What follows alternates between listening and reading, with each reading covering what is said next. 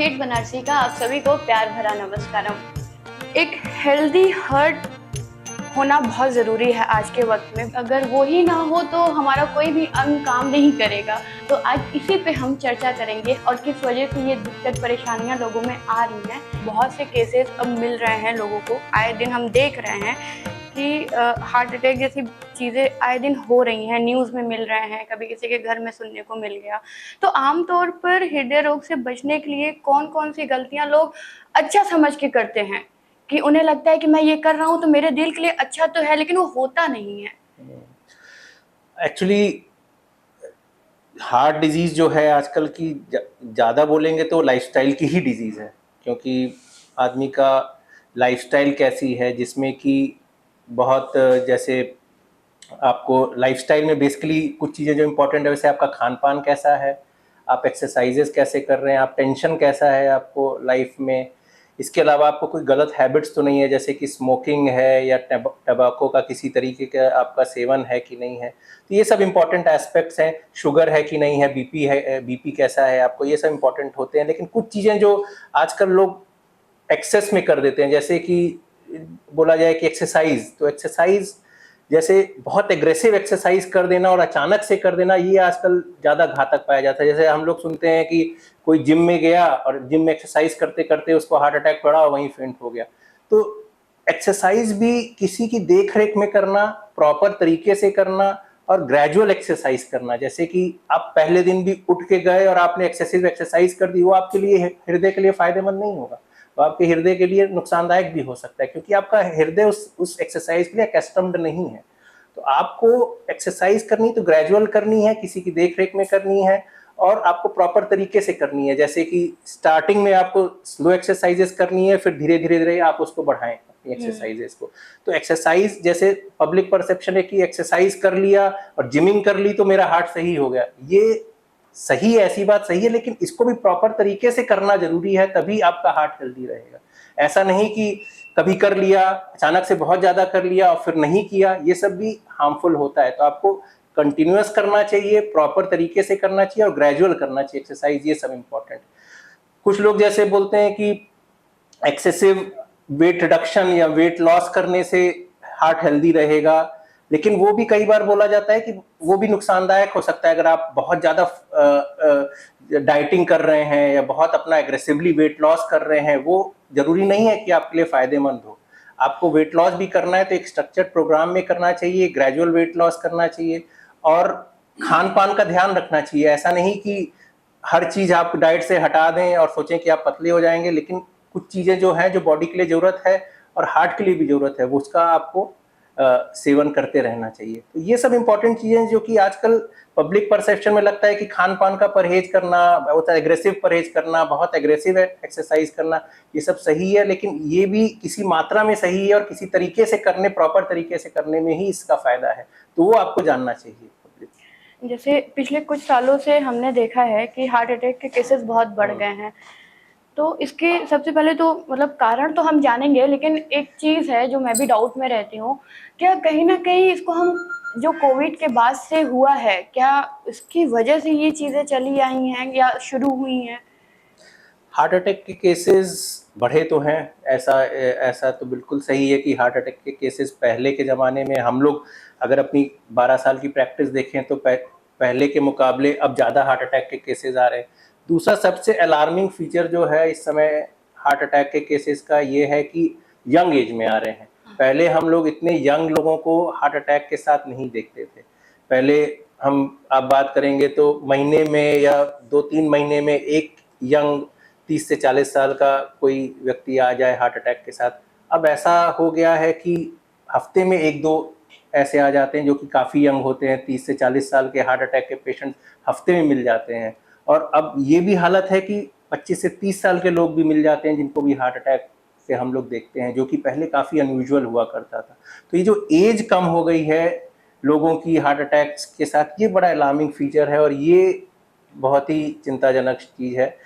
तो heart attack के cases इसलिए बोलेंगे कि बढ़े तो हैं ही है इधर कुछ सालों में, और कोविड से इसका क्या रिलेशन है ये कहना थोड़ा मुश्किल है। बहुत लोग इम्प्लीकेट करते हैं कि कोविड के बाद हार्ट अटैक के केसेस बढ़े हैं, कई लोग बोलते हैं कि वैक्सीनेशन के बाद हार्ट अटैक के केसेस बढ़े हैं, लेकिन ऐसा कोई प्रूवन चीज़ नहीं है ये। आप एटलीस्ट वैक्सीनेशन के बाद हार्ट अटैक के केसेस बढ़े हैं, ये किसी स्टडी में नहीं प्रूव हुआ है, और ये एक तरीके के बोलेंगे कि तो ये सिर्फ बोलने की चीज़ है, लेकिन ये प्रूवन चीज़ नहीं है। कहा जा सकता है कि अब नॉर्मल पॉपुलेशन में हार्ट अटैक हो रहा है तो कई बार ये इम्प्लीकेट किया जाता है कि कोविड वैक्सीन से हो, लेकिन ऐसा कोविड की वैक्सीन से है ये तो नहीं कहा जा सकता है, ये कोई प्रूवन चीज नहीं है। दूसरा, कोविड के बाद हार्ट अटैक के केसेस बढ़े हैं, वो कोविड से रिलेटेड हैं कि नहीं है ये कहना भी बड़ा मुश्किल है, क्योंकि कोविड जो है उसकी वजह से तो कुछ हार्ट की बीमारियां बढ़ी थी। Covid itself can cause a few heart problems, जैसे हार्ट को कमजोर कर देना, क्लॉटिंग करना, किसी को पुरानी हार्ट की प्रॉब्लम्स है उसको हार्ट अटैक पड़ना, ये सब चीजें कोविड के समय देखी गई। लेकिन ऐसा कोई एविडेंस नहीं है कि कोविड किसी को ठीक हो गया और 3-4 महीने निकल गए कोविड के बाद तो उसको हार्ट अटैक कोविड की वजह से ज्यादा पड़ा है, ऐसा भी हम लोग नहीं देखे हैं। तो कोविड से कहना मुश्किल है। ये जरूर हो सकता है कि कोविड के समय जो लोगों को चेंजेस हुए, जो स्ट्रेस हुआ, जो लोग घर में सीमित रह गए थे, एक्सरसाइज नहीं कर पाए, स्ट्रेस की वजह से ये कुछ कारण हो सकते हैं जिससे कि हार्ट अटैक बढ़े हों, लेकिन COVID itself causing heart attack या COVID vaccine causing heart attack ये कहना थोड़ा मुश्किल है इस समय। बाकी फैक्टर जो है लाइफस्टाइल वाले फैक्टर्स वो तो दिन पर दिन बढ़ते ही जा रहे हैं, जैसे कि आदमी का टहलना कम हो रहा है, आदमी स्ट्रेस में रह रहा है, स्मोकिंग, डायबिटीज, हाइपरटेंशन, ये सब बढ़ते जा रहे हैं और ये सब मेन कारण बोले जाते हैं जो कि हार्ट अटैक कॉज करते हैं। अच्छा, जैसे एक चीज जानना चाहेंगे सर कि कार्डियक अरेस्ट और हार्ट अटैक में क्या अंतर होता है? हार्ट अटैक एक्चुअली क्या होता है, हार्ट अटैक जो होता है वो हार्ट को जो ब्लड सप्लाई होती है, जिनको हार्ट की धमनियां बोलते हैं, कॉर्नरी आर्टरीज होती है, उनमें ब्लॉकेज की वजह से होता है। तो ब्लॉकेज जब ब्लड क्लॉटिंग से जब ब्लॉक हो जाती है आर्टरीज, तो वो पार्ट जो हार्ट को जो ब्लड मिलता है वो पार्ट हार्ट को ब्लड नहीं मिल पाता है, उसकी वजह से वो पार्ट हार्ट का डैमेज हो जाता है, तो उसको बोलते हैं हार्ट अटैक। उसमें चेस्ट पेन होता है आदमी को और बहुत स्वेटिंग होती है, तो यही हार्ट अटैक के लक्षण बोलते हैं, जिसको बोलते हैं हार्ट अटैक हो गया है, बहुत सफोकेशन हो रहा है, चेस्ट पेन हो रहा है, स्वेटिंग हो रही है, ये सब हार्ट अटैक के लक्षण होते हैं। कार्डियक अरेस्ट जो होता है वो उसका मतलब होता है हार्ट रुक जाना। तो हार्ट रुक जाना तो उससे आदमी को जान का खतरा होता है, मतलब कि आदमी का हार्ट रुक गया है, वो अब अगर तुरंत कुछ मेजर्स नहीं लिए गए तो वो सरवाइव नहीं कर पाएगा, वो होता है कार्डियक अरेस्ट। हार्ट अटैक की वजह से भी कार्डियक अरेस्ट हो सकता है, डिफरेंट कॉजेस की वजह से भी कार्डियक अरेस्ट हो सकता है। तो कार्डियक अरेस्ट वो चीज को बोलते हैं जब हार्ट रुक गया आपका। तो किसी को कार्डियक अरेस्ट हो रहा है, अगर किसी का अचानक से हार्ट रुक गया है तो उसके लिए सीपीआर करना पड़ता है, जिसको बोलते हैं कार्डियोपल्मोनरी रिससिकेशन। उसका हार्ट को कंप्रेशन करने पड़ते हैं जिससे कि हार्ट उसका फिर से वापस आ सके, तो उसको काफी देर तक चेस्ट मसाज करना पड़ता है और उसको कोशिश करना पड़ता है, चेस्ट थम देते हैं हम लोग जिससे कि हार्ट वापस चालू हो जाए। तो हार्ट रुकने को कार्डियक अरेस्ट बोलते हैं। But heart attack is a बीमारी जिसको बोलते हैं कि हार्ट में ब्लड रुकाव की वजह से हार्ट डैमेज हो जाए, और वो जिसको बोलते हैं कि मायोकार्डियल इन्फार्क्शन या हार्ट अटैक हम लोग बोलते हैं। अच्छा, हार्ट अटैक में भी जैसे 3 स्टेज देखने को मिलते हैं, कई बार डॉक्टर्स कहते हैं ना ये अंतिम चरण है, बस यही हो गया। तो ऐसा ये 3 चरण क्या क्या है सर इसमें? ऐसा है कि हार्ट अटैक का ये सब जो डेफिनेशन दिया गया ये बड़ा लेमैन वाला है, ये हम लोग तो नहीं मानते हैं, लेकिन ऐसा बोला जाता है कि पहला अटैक आया था तुमको, या दूसरा अटैक आया था, तीसरा अटैक आया तो तुम बिल्कुल नहीं बचोगे। तो ऐसा कुछ डिफाइंड नहीं होता है, लेकिन किसी को एक बार हार्ट अटैक आए उसको रिस्क रहता है दोबारा हार्ट अटैक आने का भी। तो हमेशा रिपीटेड हार्ट अटैक्स होना तो खराब होता ही, उसमें हार्ट और कमजोर होता जाता है। तो हमेशा डॉक्टर का ये प्रयास रहता है कि पहला हार्ट अटैक किसी को आए तो उसको प्रिवेंट किया जाए या उसका प्रॉपर इलाज करे, और दूसरा उसको फर्दर हार्ट अटैक्स ना आए उसके लिए दवाई उसको मिलती रहे। लेकिन ऐसा कुछ नहीं होता कि एक तीसरा हार्ट अटैक आ जाए तो वो बिल्कुल ही नहीं बचेगा, ऐसा भी नहीं होता है। किसी का मल्टीपल हार्ट अटैक्स के बाद भी उसका प्रॉपर इलाज हो सकता है। तो ऐसा कुछ डेफिनेशन क्लियर कट नहीं है इसका। फिर हार्ट सर्जरी जब हम कराते हैं तो उसमें भी क्या कई प्रकार के होते हैं वो? अच्छा, उसमें भी कई प्रकार के होते हैं। हार्ट एक्चुअली हार्ट का जो सर्जरी की अगर आप बात करोगे तो हार्ट का ट्रीटमेंट जो आजकल है, आजकल बहुत एडवांस्ड हो गया है। इसमें नॉन सर्जिकल भी ऑप्शंस बहुत ज़्यादा हैं, जिसको हम लोग बोलते हैं कि इंटरवेंशनल कार्डियोलॉजी, जो हम लोग प्रैक्टिस करते हैं, जिसमें कि आप एंजियोग्राफी करते हैं, एंजियोप्लास्टी करते हैं, और भी बहुत तरीके के उसमें विधि होती हैं जिससे कि आप डिफरेंट हार्ट की प्रॉब्लम्स को ठीक कर सकते हैं। ये सब नॉन सर्जिकल ऑप्शन, मतलब आप हार्ट को नहीं खोलेंगे, इसमें हार्ट में आप चीरा नहीं लगाएंगे, बाहर से तार द्वारा ही आप डिफरेंट हार्ट की बीमारियों को सही करते हैं। तो उसमें मोस्ट इम्पॉर्टेंट जो हार्ट अटैक के पेशेंट्स रहते हैं, उसमें आप एंजियोग्राफी करके बाहर से तार द्वारा ही एक कैथेटर ले जाके हार्ट के अंदर ले जाके डाई डाल के देख लेते हैं कि कौन सी आर्टरी में ब्लॉकेज है। अब फिर आप उसका ब्लॉकेज को आप तार द्वारा और बैलून द्वारा, और स्टेंट का आपने नाम सुना होगा, हार्ट के नस के अंदर स्टेंट लगा देते हैं जिससे कि ब्लॉकेज खुल जाते हैं। तो वो एंजियोप्लास्टी वाली ये नॉन सर्जिकल है, जिसमें कि पेशेंट एडमिट होता है, 1 घंटे का प्रोसीजर हुआ और अगले दिन ही डिस्चार्ज हो जाता है। तो इसमें क्योंकि कोई चीर फाड़ नहीं है, कोई हार्ट को खोलना नहीं है, तो बहुत जल्दी रिकवरी होती है और पेशेंट में भी 6, 8, 12, 14 घंटे में डिस्चार्ज हो जाता है। तो इसी तरह के इंटरवेंशनल कार्डियोलॉजी वाले और भी बहुत विधियां आ गई, जिसमें कि वैल्व की प्रॉब्लम जिसको होती है, जिसमें कि कई बार सुना होगा कि वैल्व सिकुड़ जाता है, जैसे माइट्रल स्टेनोसिस का पेशेंट होता है, उसके में वैल्व की सिकुड़न आ जाती है, तो उसकी वजह से उसको बहुत सांस फूलती है। तो पहले ये होता था कि वैल्व को ओपन हार्ट सर्जरी करके वैल्व को रिप्लेस किया जाए, बट आजकल ऐसी विधि है जिसमें कि तार द्वारा ही या बैलून ले जाके वैल्व को फुला देते हैं और वैल्व अपना काम करने लगता है, और उसमें भी 1 दिन बाद मरीज की छुट्टी हो जाती है। तो ये सब नॉन सर्जिकल मीन्स आजकल बड़े अच्छे हो गए, जिसमें कि बैलून वेल्वुलोप्लास्टी, एंजियोप्लास्टी, और आजकल लेटेस्ट तकनीक है जिससे कि आप एओर्टिक वाल्व, जो सबसे इम्पॉर्टेंट वाल्व होता है हार्ट का, जो कि सिर्फ सर्जन ही पहले रिप्लेस करता था, आजकल उसको भी रिप्लेसमेंट वाल्व को, पूरे वाल्व को तार द्वारा ही रिप्लेस कर सकते हैं, जिससे को टावी बोलते हैं, टावर। तो transcatheter aortic valve implantation, catheter के द्वारा ही आप जाके नया वाल्व लगा देते हैं वहाँ पे। तो ये भी एक बहुत अच्छी विधि आई है। तो नॉन सर्जिकल मीन्स बड़ी इम्प्रूव कर गई हैं, जिससे कि पेशेंट को हॉस्पिटल स्टे भी कम होता है, आसानी से ऑपरेशन, आसानी से ट्रीटमेंट हो जाता है।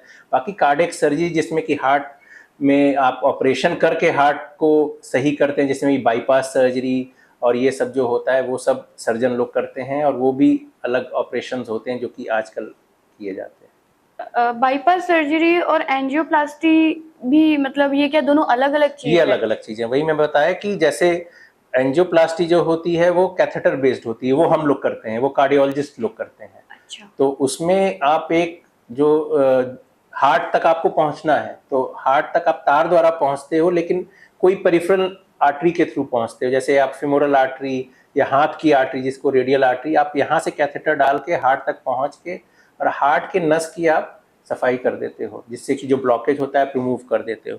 तो ये आजकल ज़्यादा यूज होती है, जिसमें कि पेशेंट स्टे कम होता है या आसानी से ट्रीटमेंट हो जाता है। लेकिन जिसके मल्टीपल ब्लॉकेजेस है हार्ट में, हार्ट की कई 3 आर्टरीज होती हैं, तीनों में ब्लॉकेज है और जगह जगह ब्लॉकेज है, तो उसमें एंजियोप्लास्टी करना कई बार थोड़ा मुश्किल हो जाता है।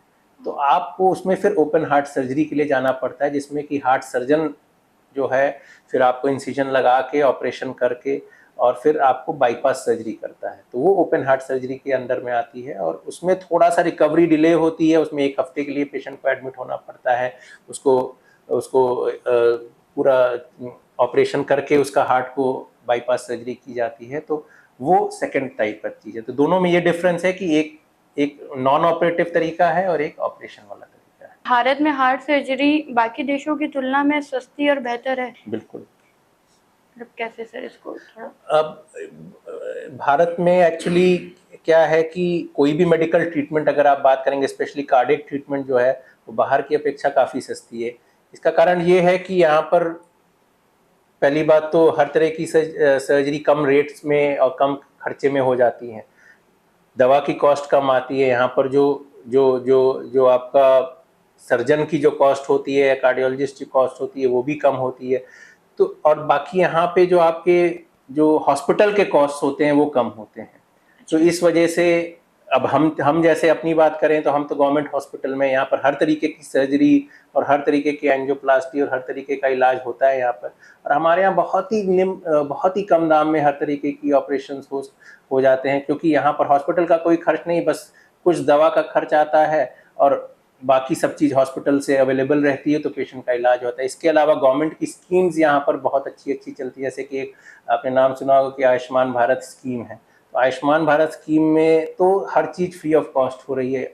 सबसे बड़ा से बड़ा हार्ट का ऑपरेशन, चाहे आप वेल्व रिप्लेसमेंट की बात करें, चाहे आप एंजियोप्लास्टी की बात करें, पेशेंट को एक पैसा नहीं देना, हॉस्पिटल में आके एडमिट होना है और उसका पूरा इलाज फ्री ऑफ कॉस्ट हो जाता है और बड़ी से बड़ी सर्जरी हो जाती है और वो चला जाता है घर, उसके बाद डिस्चार्ज होकर। तो इसलिए यहाँ पर सस्ता पड़ता है। गवर्नमेंट के भी इनिशिएटिव्स हैं और ओवरऑल कॉस्ट भी यहाँ पे कम है, बाकी अगर आप दूसरे देशों से तुलना करेंगे तो इसीलिए बहुत, अगर आप पूरे इंडिया की बात करेंगे तो बहुत सारे ऐसे सेंटर्स इंडिया में हैं जहाँ पर बाहर के पेशेंट्स जो हैं वो आपके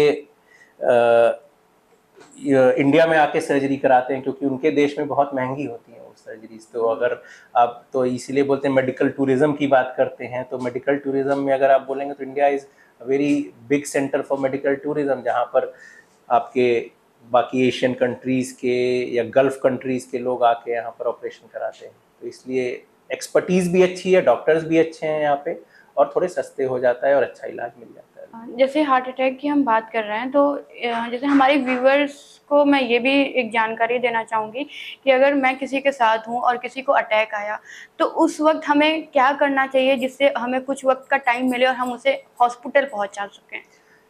बहुत अच्छा क्वेश्चन है। आई थिंक कि ये तो सबको पता होना चाहिए कि आजकल जिस तरह हम लोग को देखने को मिलता है कि अचानक से किसी को कहीं भी हार्ट अटैक हो गया, तो किसी को अगर कोई भी सिम्टम हो, कोई बोलता है कि मेरे को चेस्ट में पेन हो रहा है, घुटन हो रही है, और अचानक से वो गिर जाए, तो अगर किसी को चेस्ट पेन हो रहा है तो सबसे इम्पॉर्टेंट है कि अगर आपको लग रहा है कि उसको हार्ट अटैक है, तो ये बोलते हैं कि आपको सॉर्बिट्रेट की गोली होती है। सॉर्बिट्रेट जो होता है, जो हार्ट अटैक के लिए जो ब्लॉकेज को थोड़ा सा इम्प्रूव करती है, तो उसको जीभ के नीचे रख सकते हैं। वो सॉर्बिट्रेट 5 मिलीग्राम की टैबलेट आती है, तो उसको जीभ के नीचे रखने में कई बार चेस्ट पेन में आराम मिलता है और पेशेंट को कुछ देर के लिए रिलीफ मिल जाता है। तो किसी को भी चेस्ट पेन हो तो ये किया जा सकता है। इसके अलावा हार्ट अटैक के सिम्टम्स किसी को हैं तो डिस्प्रिन की गोली होती है, डिस्प्रिन आप उसको दे सकते हैं। डिस्प्रिन की गोली 325 मिलीग्राम वाली डिस्प्रिन की गोली उसको बोल दीजिए चबा के खा जाए।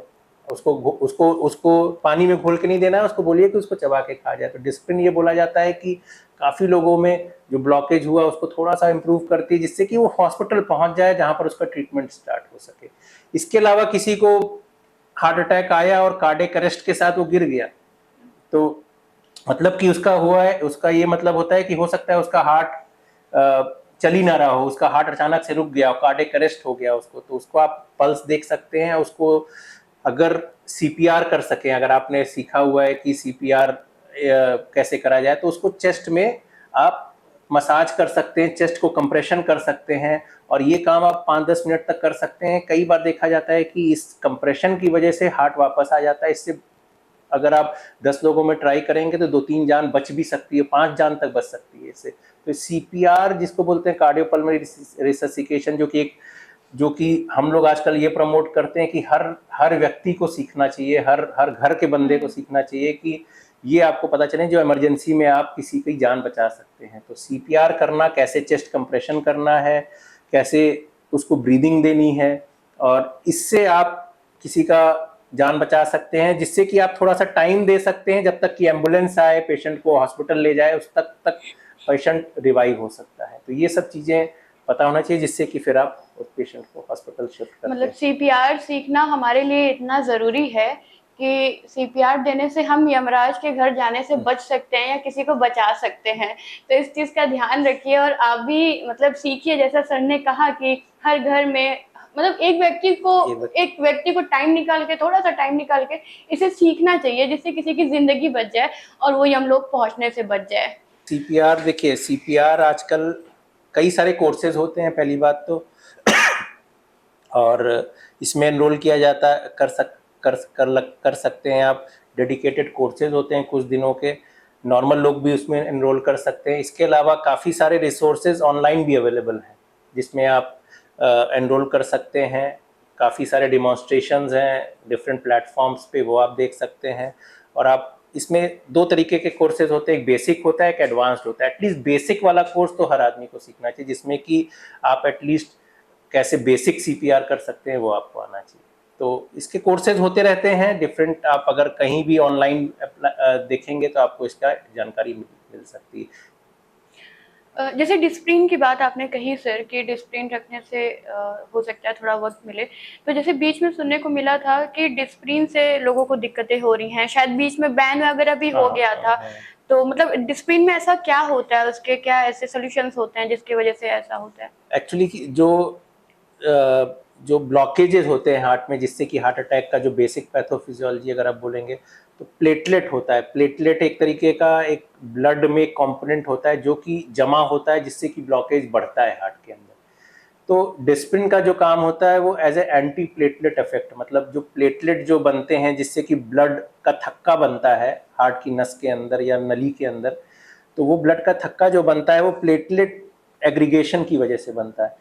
तो डिस्प्रिन क्या करती है, वो उसका एंटी प्लेटलेट इफेक्ट होता है, वो प्लेटलेट्स को जमने नहीं देती है, या जो जम गया है उसको अलग अलग करके तो ब्लड का बहाव बनाएगी उसमें।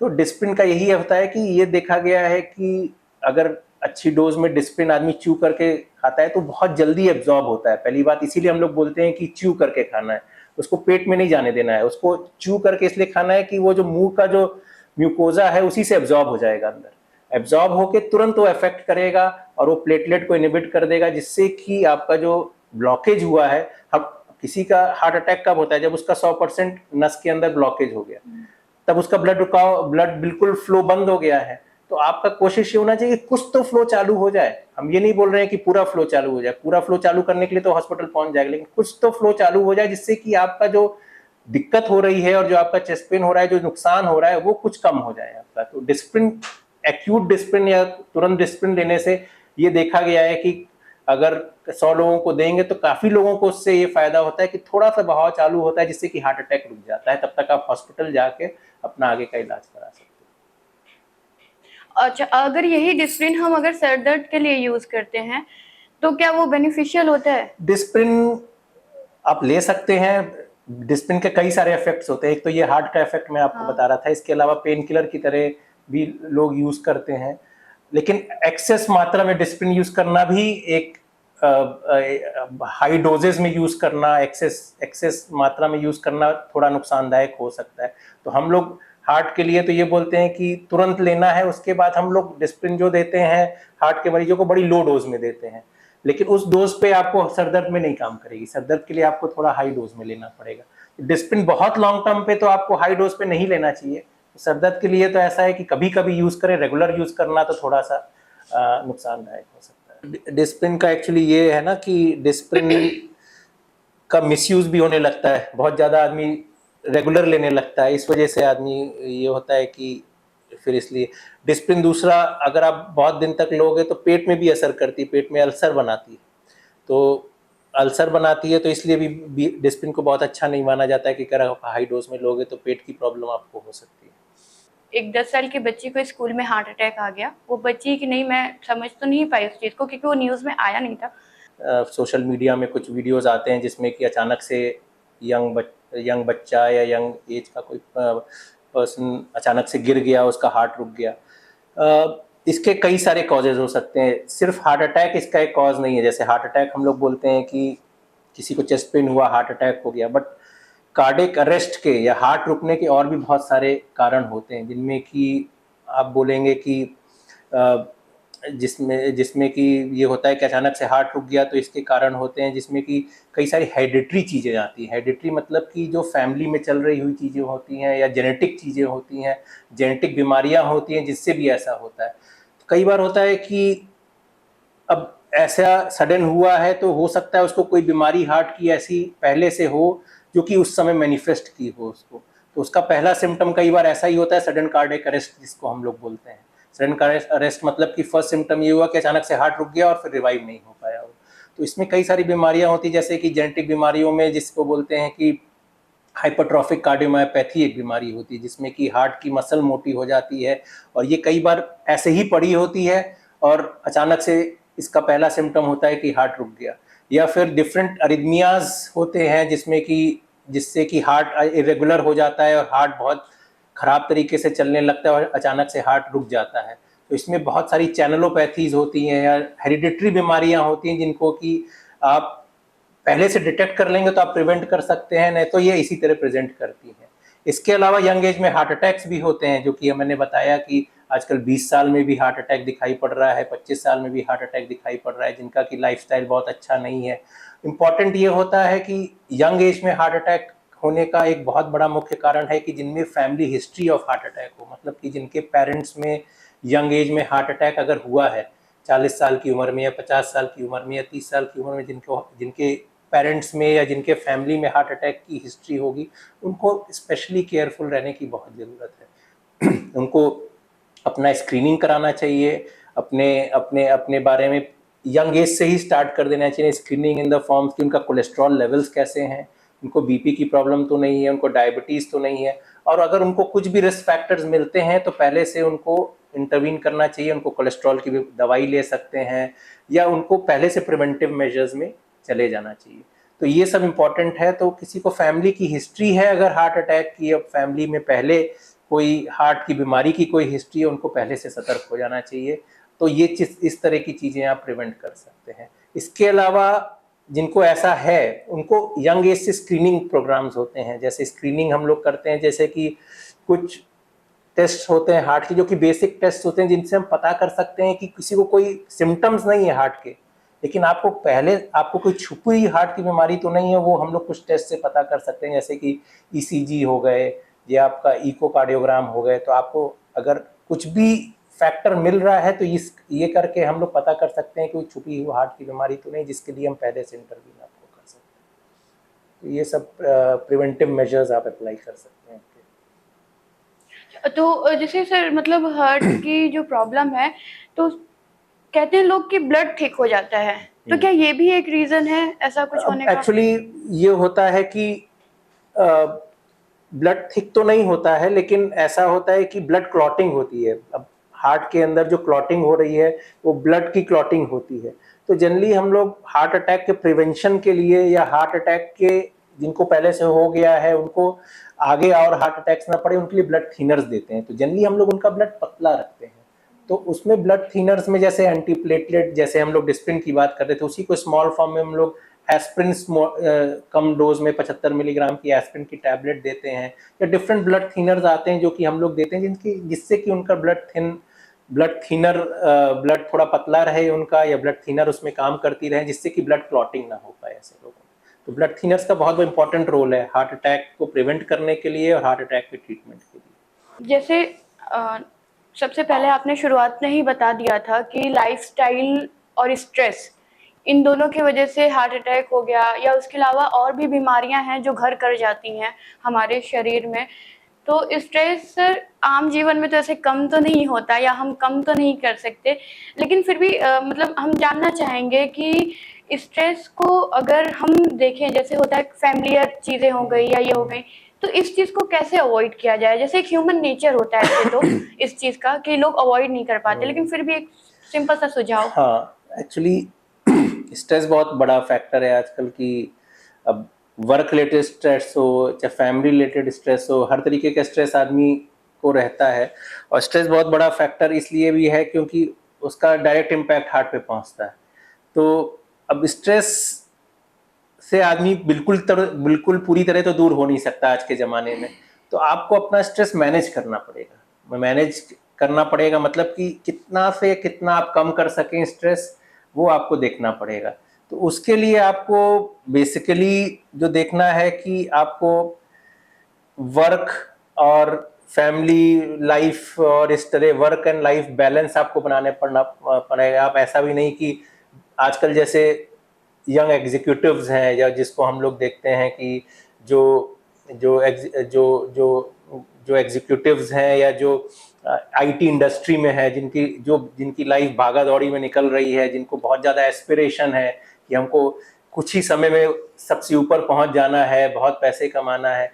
वो स्ट्रेस बड़ा खराब होता है। उसमें आदमी फिर अपनी लाइफस्टाइल को भी ध्यान नहीं दे पाता, तो स्ट्रेस के साथ साथ लाइफस्टाइल एब्नॉर्मलिटीज भी आती हैं। आप स्ट्रेस ज़्यादा करेंगे, आप ज़्यादा काम करेंगे, आप अपना ध्यान नहीं रख रहे हैं, दिन रात काम के बारे में सोच रहे हैं, रात में स्ट्रेस रहेगा, आपकी रात में नींद प्रॉपर नहीं होगी। जैसे हार्ट के लिए बोलते हैं कि आपकी एटलीस्ट 6 से 8 घंटे तक नींद प्रॉपर होनी चाहिए, तब आपका हार्ट नॉर्मल रहेगा। नॉर्मल हार्ट के लिए 8 घंटे की नींद बोलते हैं बहुत इंपॉर्टेंट है। तो वो आप जब तक, अगर स्ट्रेस होगा तो आपकी नींद भी प्रॉपर नहीं होगी, आप वो 8 घंटे की नींद भी नहीं ले पाएंगे, जिस समय हार्ट हेल्दी रखने के लिए आपके लिए जरूरी है।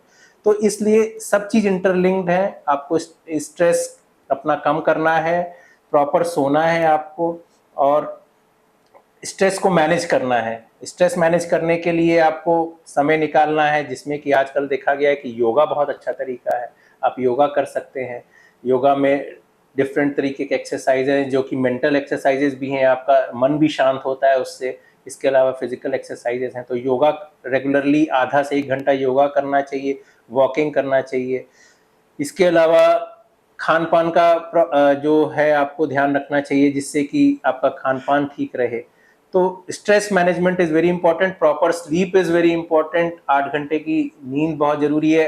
ये बोलते हैं कि 8 hours sleep is equal to a healthy heart. So healthy heart अगर आपको रखना है तो ये बड़ा ज़रूरी है आपके 8 आवर्स की नींद को 8 आवर्स ही लें, 8 को 10 मत करिए आप अपने अंदाज में कि ज्यादा रिलीफ ले ले तो ज्यादा हर्ट हमारा काम करेगा, ऐसा कुछ भी नहीं है।